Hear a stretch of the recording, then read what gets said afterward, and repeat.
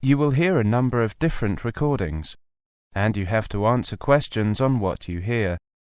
There'll be time for you to read the instructions and questions, and you have a chance to check your work. All the recordings will be played once only.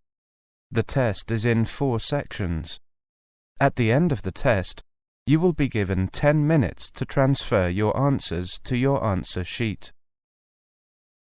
Now turn to Section 1. Section 1. You will hear a conversation between Simon and Lisa. First, you have some time to look at questions 1 to 10.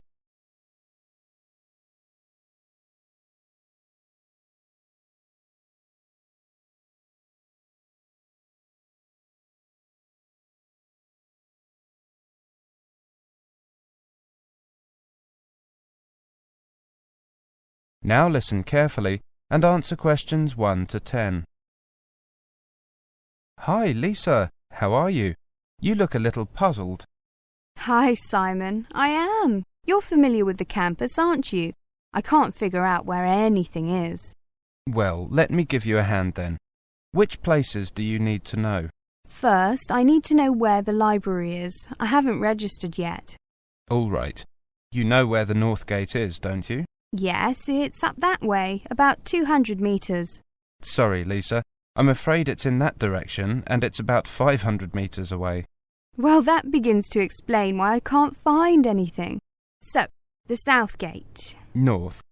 Then it's a little towards the West Gate. You can't miss it, because it's really big and has a large sign on it. OK, I'll take your word for it. The second place I need to find is the Sports Centre. That's in the southwest part of the campus. It's easy to see because there's the outdoor athletics stadium nearby. OK, next I need to know where Churchill Building is. That's where I have my lectures tomorrow. That's back by the library.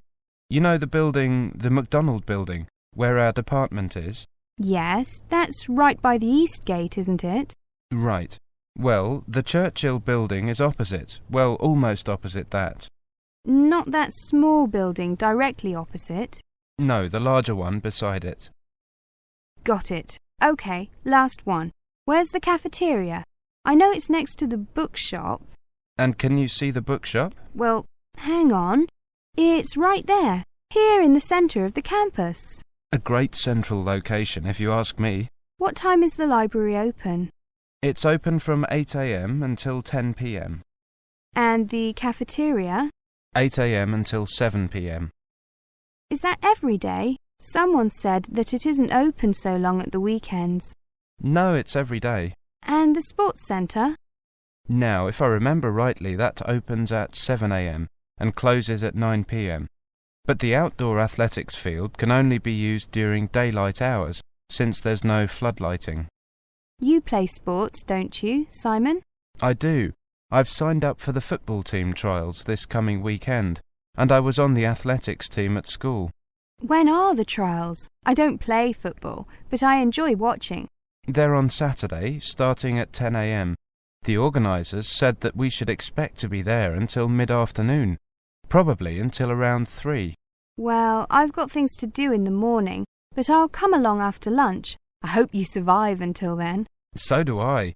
I think that in the morning they'll be aiming to sort out the people with ability from the no-hopers. Then, in the afternoon, they'll be sorting out who's the best. OK, well, good luck with that. I'll see if Leslie wants to come along. OK, see you Saturday. That is the end of Section 1. You now have half a minute to check your answers.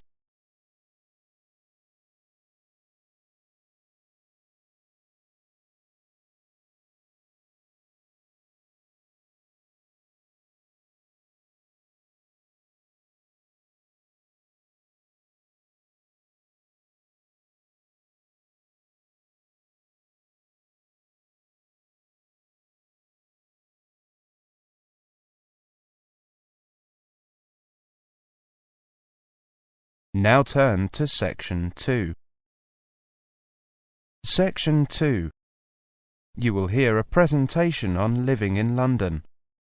First, you have some time to look at questions 11 to 20.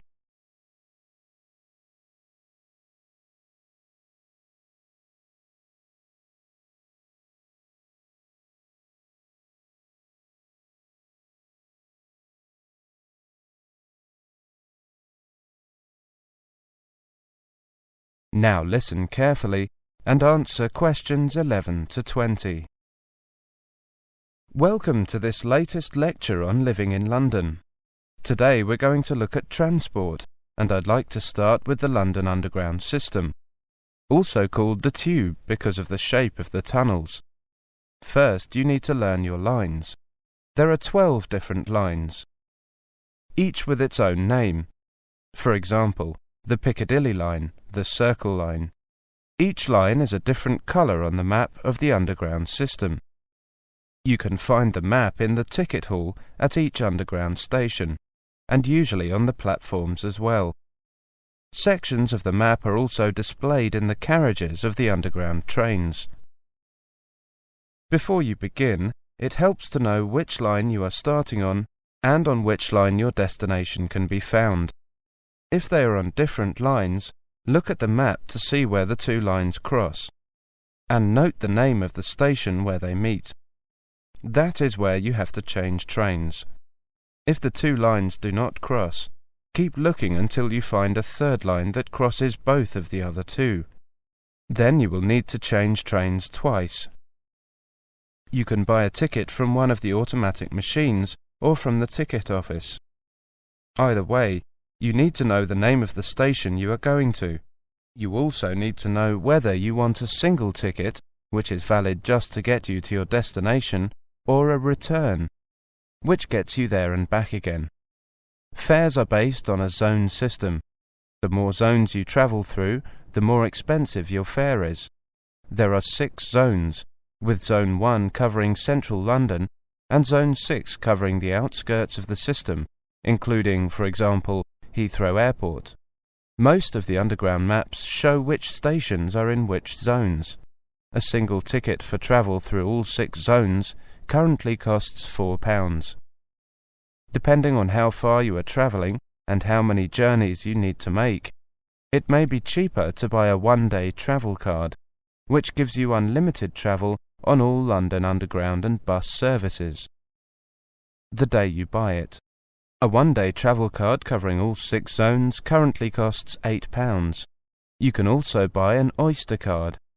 This is the best option if you are going to be in London for a long time. You get a discount on all tickets, usually about 10%. And you don't have to queue to buy tickets. Just buy credit for your card and then use it as directed when you enter and leave Underground stations at the start and finish of your journeys. At Underground stations you must pass through an automatic gate. Put your ticket into the slot to the right of the gate. When the gate opens, pass through. As you pass through, your ticket will pop up from another slot on the top. Pull your ticket out and take it with you. You need it at the end of your journey. This is the same procedure for travel cards. With Oyster cards, you hold your card over the card reader at special automatic gates. If you have baggage with you, you can go through a special larger gate where you can pass through more easily. Show your ticket to an attendant and ask him or her to let you through this gate. Most stations have long escalators leading to and from the trains. Try to stand to the right-hand side, leaving space for people to walk past you on the left. When changing trains, get off at the station where the line you are on crosses the line you need. Follow the signs for the line you need and the direction you want to go in. When you leave the system, you must pass through an automatic gate again to leave the station. Put your ticket in the slot as before. If you bought a return ticket or a travel card, your ticket will pop up for you to collect again, so that you can use it later. If you bought a single ticket, or if you are on the return trip of your return ticket, your ticket will stay in the machine. To find out more about the London Underground, check the official website, www.thetube.com. This site also has the map and information in numerous foreign languages. Now, let's move on to... That is the end of section 2. You now have half a minute to check your answers.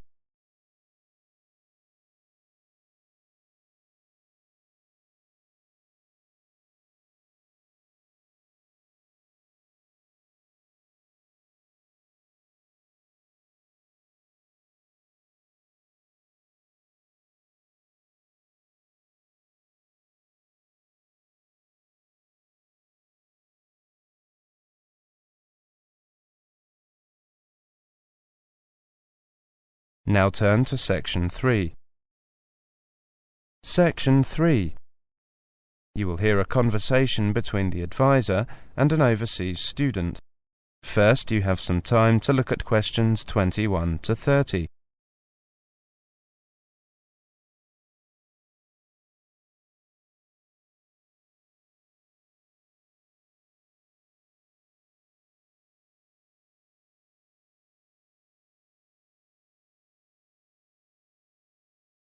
Now listen carefully and answer questions 21 to 30. Good afternoon. How can I help you?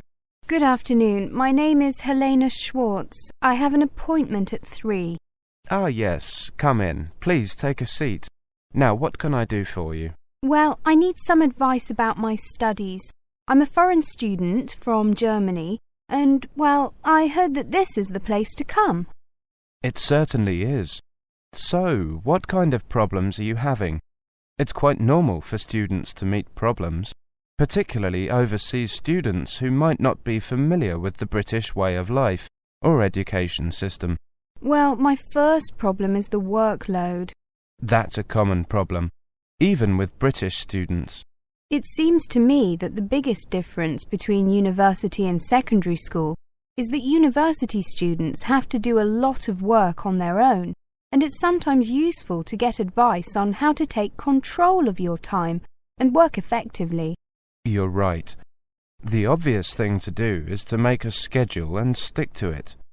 Bear in mind that there is enough time to do the work and enough time for extracurricular activities. You mean that I shouldn't overload myself? Right. But moreover, be careful to spread your work out over the weeks and months. Don't do anything for a while, then get worried because you have little time to get assignments finished. Yes, that's clear. We get a lot of students coming to us with that problem, so we've produced a leaflet about it. You should have received one during orientation, but sometimes, well, here you are. Thank you. I'll read it carefully later. Okay, and feel free to come back if you have any questions about it. Okay. My second problem is with research. Are you going to complain that the library isn't open at the weekends? How did you guess? We get so many students complaining about that. We're trying to get that changed, but, well, to be honest, the library staff already work long shifts, and unless we can get extra staff, the library has to remain closed at the weekends. I understand, but... I know. It makes organising your time even more important. Make sure that you get all the books you need from the library before the weekend. Then devote some of your weekend time to making notes from the books at the weekend. The problem is that I'm easily distracted when I'm working at home, rather than in the library. Well, an alternative strategy is to work longer hours during the week, when the library is open, and do no work at all at the weekends. Sometimes it's very useful to forget about studies for a day or two each week. Yes, that might be better for me. I can concentrate on my work in the library and then leave the weekends free. Also, I have some problems with my essay assignments. Could you have a look at these and tell me what you think? Certainly. I see. Well, even if you plan your writing carefully, this can come to nothing if the assignment doesn't actually answer the question. That really is the most important thing to remember. You must read the question extremely carefully and give it a great deal of thought before you even start planning or writing your first draft. It's also essential to check your work for errors. Everybody makes them, and they can influence the professor marking the work. So always take time at the end to check what you have written. Many overseas students ask a British student to check their work for them. I have a short list of people who will do this for a small fee if you'd like it. That's okay. I have several British friends. I'm sure I can bribe them to check my grammar and spelling. Good. Anything else? Yes, there is. I find it hard to keep up sometimes in lectures. Do you have any tips for me? I was thinking of recording them using an MP3 player. Then I can listen to it again afterwards and... Well, a lot of people find them useful.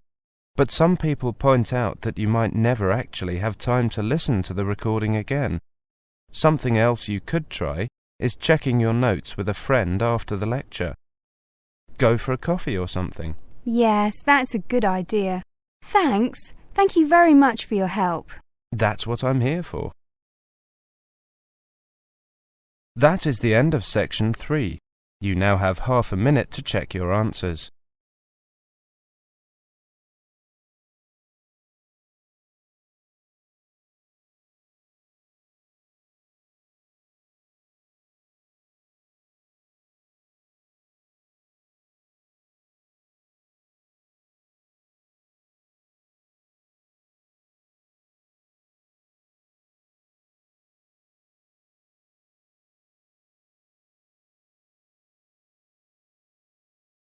Now turn to section 4. Section 4. You will hear a monologue on the subject of volunteer work in Africa. First, you have some time to look at questions 31 to 40.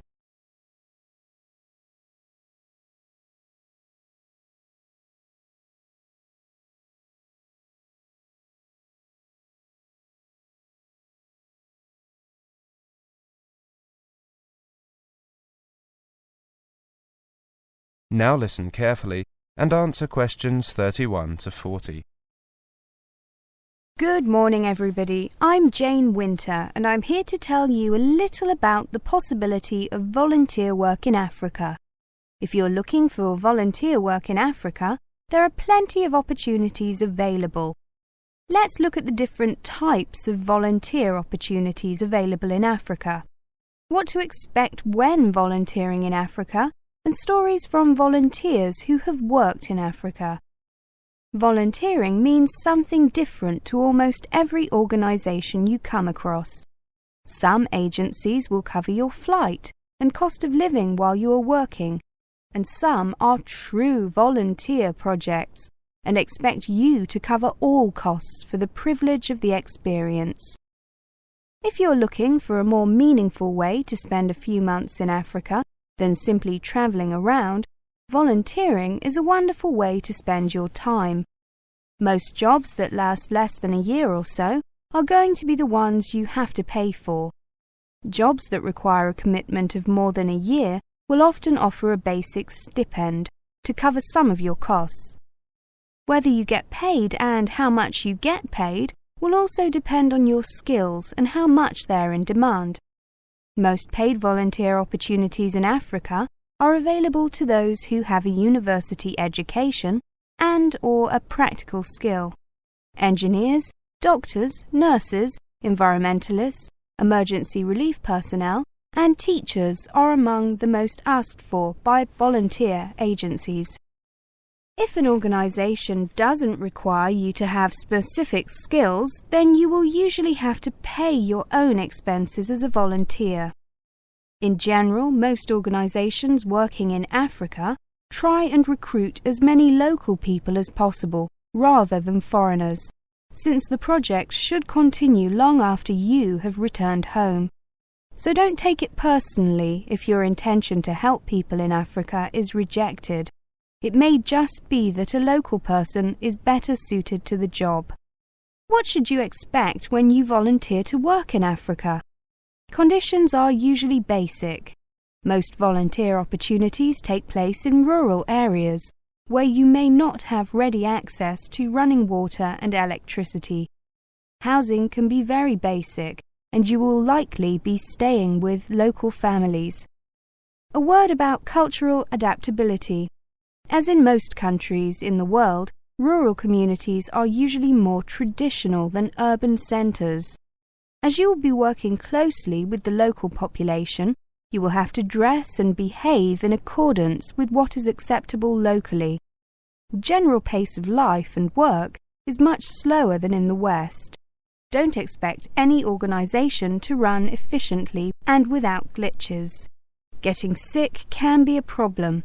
If you're spending more than just a few weeks in Africa, especially sub-Saharan Africa, your chances of getting malaria or bilharzia will also increase.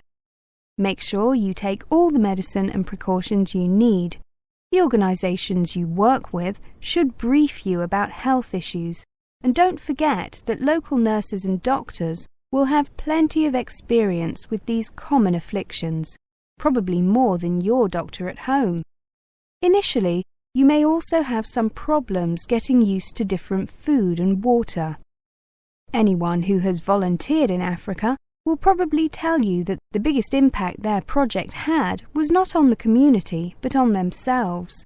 Spending time immersed in another culture will change the way you look at life and is part of the appeal of volunteering. Before you decide to volunteer in Africa, you may be interested to learn what the typical experiences are of people already in the field. Later, we'll look at a selection of volunteer stories and experiences from Africa. There are many volunteers and travellers who keep online diaries of their experiences. These contain some excellent tips about working, travelling, and living in Africa. Before that, just a quick word about work permits in Africa. Many people who travel around Africa may wish to stay and work. But just as in Europe or the US, every African country will require you to get an official work permit. In most cases, these laws exist to stop foreigners getting jobs that local people may be qualified for. Unemployment is bad enough throughout Africa, so don't take a job that a local person could do. Now, let's look at a few people's experiences. That is the end of section 4. You now have half a minute to check your answers.